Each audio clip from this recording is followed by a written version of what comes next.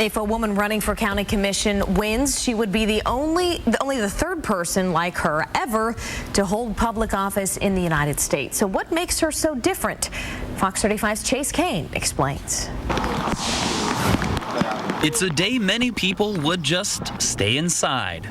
In fact, most would never even get in to what this woman is attempting. I'm Gina Duncan, running for Orange County Commissioner in District 5. Gina Duncan may not be like any woman you know, but she is the woman who wants to know you. How are you, sir? Everywhere we went, people did not know who their county commissioner was. And you know, that's crazy. Okay, well. You know, people should know who their elected officials are. I wanted to stop in and introduce myself. From store to store along Park Avenue in Winter Park. Hello, how are we doing in my favorite store? Gina talks business, money, the economy. Good, I would appreciate your vote on August 14th. And her resume shows she knows her stuff. Senior management in banking. 30 years in the banking industry, the last 15 years with Wells Fargo. And then I retired a couple of years ago and opened my own small business. So I've seen the challenges of small business owners and you know, how to succeed, and that it's really tough. Have you gotten any negative reactions from people when you're talking to them one-on-one? Sometimes. Sometimes. You see, because Gina was born Gregory Pinkston of Brevard County. I come from a huge family. I have 2 brothers, 2 sisters. We all had 2 kids. And my family is absolutely the definition of unconditional love.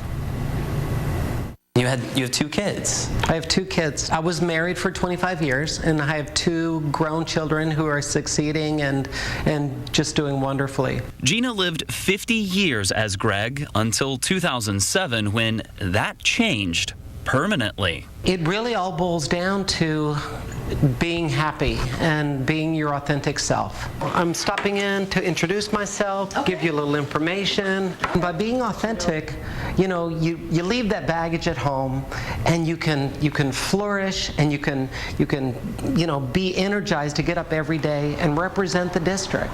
And represent the district is exactly what Gina intends to do, constantly campaigning in the final days before she could make history. In the Southeast, I will be the first.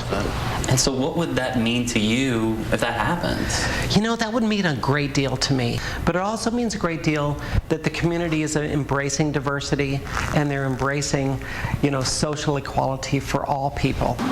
A celebration for every vote promised in a campaign that isn't always like walking on sunshine. With a district that stretches from Maitland and Winter Park all the way past Bithlo, covering more than 40 miles and more than 100,000 voters, Gina knows this won't be an easy election, especially facing an incumbent that's been in office for a decade. The focus should be not on my gender, but should be on the issues and the concerns of the families of District 5. Gina, when is the point that I don't have to ask you that question anymore about being transgender? When is that not a question? Well, you know, I often speak to a lot of college groups, and I conclude those speeches with saying that I hope someday, and maybe not in my lifetime, but someday, that being transgender means no more than being right or left-handed. And I hope that happens soon. Chase Kane, Fox 35 News.